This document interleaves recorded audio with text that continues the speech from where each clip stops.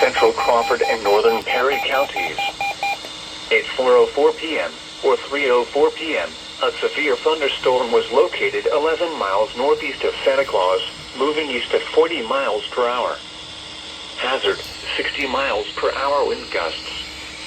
This is a radar-indicated threat. Impact, expect damage to roofs, siding, and trees. At 4 p.m., power lines were reported down in Holland in association with these storms.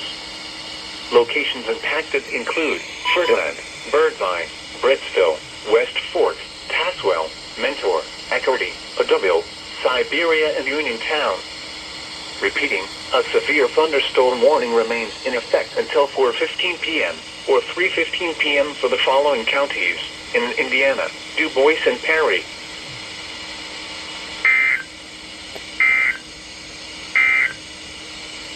The National